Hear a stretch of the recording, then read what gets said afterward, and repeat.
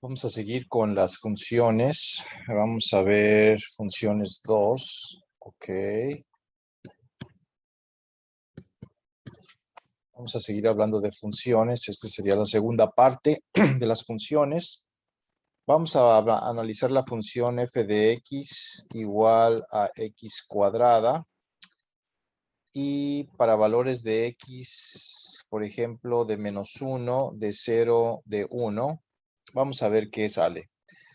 Para f de -1 sería igual a -1 al cuadrado, que sería igual a -1 por -1. Menos por menos te da más y eso te da 1. Para f de 0 sería igual a 0 al cuadrado, que sería igual a 0. Y para f de 1 sería igual a 1 al cuadrado, que sería igual a 1. Y luego hacemos nuestra tabla de x contra f de x. Tenemos que para x igual a -1, que sería este de aquí, te dio, aquí lo tienes, para f de -1 te dio 1, para 0 te dio 0 y para 1 te dio 1. Entonces aquí tienes la tabla de valores, la tabla de, pues, de los pares ordenados. Y vamos a graficar esto para ver cómo se mira. Vamos a hacer una gráfica aquí.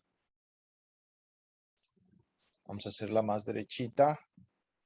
La gráfica no está tan derechita. Vamos a hacer la gráfica. Y a ver esa cómo salió. No, tampoco. Vamos a ver que salga bonita. Más o menos. Y luego tenemos nuestra gráfica va a ser la siguiente. Tenemos para 1, 2 y para 3. Y vamos a hacer este 2 mejor, que se vea mejor el 2. Y luego tenemos estos valores.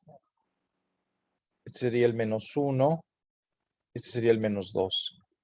Este sería el 1, el 2 y el 3. Y vemos lo siguiente. Para -1 tenemos 1, que sería aquí. Para 0 tenemos 0, que sería este punto de aquí. Y para 1 sería 1, que sería este punto de acá. Este punto de aquí. Y tenemos que viene así, como un pocito. Y esta sería la función f de x igual a x cuadrada. Sería esta de aquí. Pero aquí tenemos un problema porque habíamos dicho que en una función tenemos que, si tenemos la x y tenemos los valores x1, x2 y x3, y luego tenemos f de x, y luego tenemos que los valores son y1 para este y2 y para este y3. Entonces habíamos dicho que para que una función se pueda considerar como tal, este elemento le tiene que tocar solamente este elemento. Al x2 nada más le debe de tocar el y2 y al x3 nada más le debe de tocar el y3. De tal manera que al hacer la gráfica, si tienes que este es x1, este es x2 y este es x3, les debe corresponder y1, y2 y y3. Entonces este iría con este, x1 con y1, x2 con y2 y x3 con y3, más o menos una cosa así. Y esto sería una función.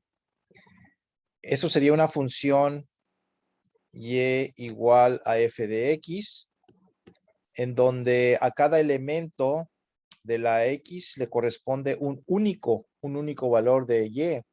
X1 con Y1, X2 con Y2 y X3 con Y3.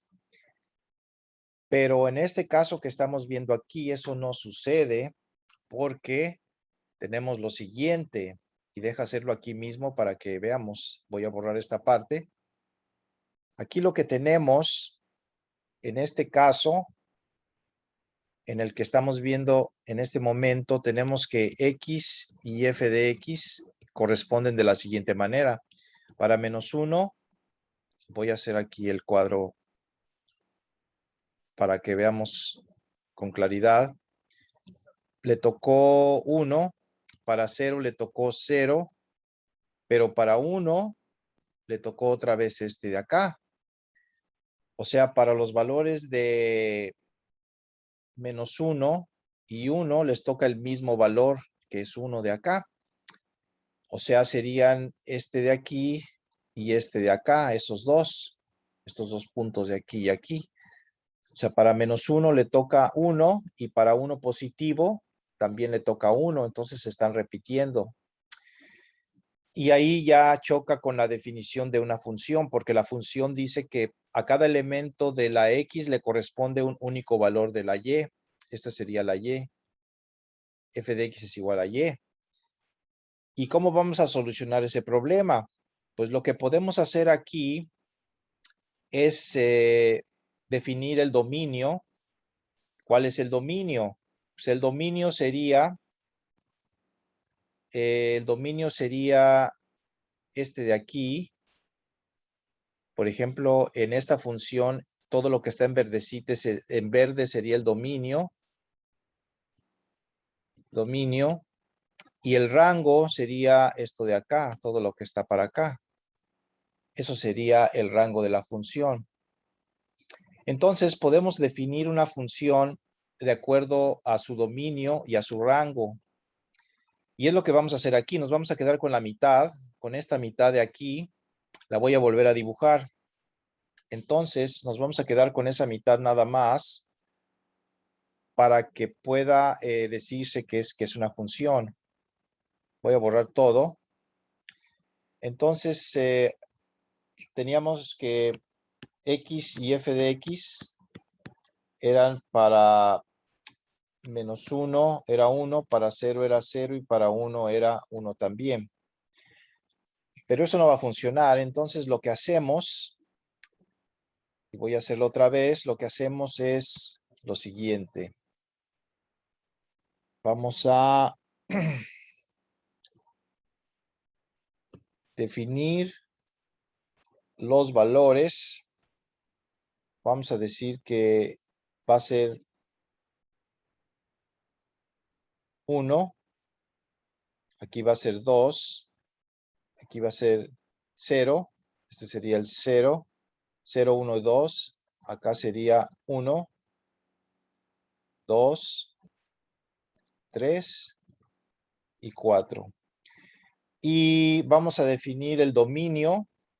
El dominio sería de aquí a aquí, de 0 a 2. Este sería el dominio. Y vamos a ver qué rango podemos obtener. Ok, vamos a hacerlo. Entonces, los únicos números que voy a tomar van a ser el 0, el 1 y el 2. Entonces, f de 0 es igual a 0 al cuadrado, que sería igual a 0. F de 1 sería igual a 1 al cuadrado, que sería igual a 1. Y f de 2 sería igual a 2 al cuadrado, que sería 4. Entonces, tenemos que los elementos ahora son, deja borrar todo esto. Mis nuevos elementos son, para el 0 me dio el 0, para el 1 me dio el 1 y para el 2 me dio el 4. Entonces sería 0 con 0, aquí está. 1 con 1, aquí está. Serían estos de aquí. y 2,4, que sería este de acá. Ahí lo tienes.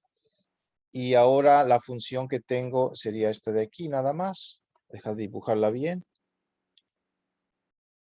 Sería esta funcioncita de aquí nada más. Y si te fijas, viene así. A ver, deja hacerla un poco mejor. Esta función viene así. Aquí viene tu función. Salió igual. Bueno, esa es la idea. Esta sería la función. Y este es f de x igual a x cuadrada, donde el dominio sería de 0 hasta 2. Y el rango de la función sería, pues serían estos valores, el 0, el 1 y el 4. El rango sería el 0, el 1 y el 4. Entonces el rango de la función sería este de acá. Este sería el rango. ¿Sí? El dominio es de 0 a 2 y el rango sería de 0 a 4. ¿Sí? Entonces la función tiene dominio y tiene rango, ¿verdad? Y en general podemos decir que una función, podemos decir lo siguiente. Voy a hacerlo grande para que lo veamos.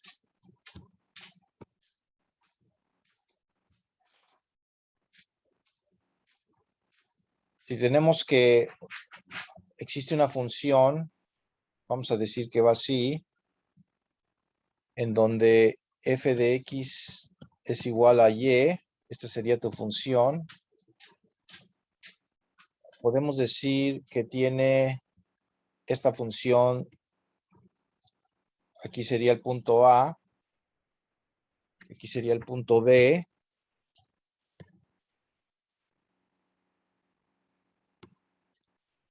y en general podemos decir que este sería el dominio de la función y este sería el rango de la función. Este sería el rango de tu función. Y ahí la tienes. Entonces una función la podemos acotar para que a cada elemento x1 le corresponda un solo elemento y1. Si tienes acá otro elemento que le vamos a llamar x2, pues nada más le corresponde y2. Y entonces puedes decir que la función tiene dominio y tiene rango. Y después vamos a hacer ejercicios en donde vamos a encontrar el dominio y el rango de las funciones. Por ahorita aquí le vamos a dejar.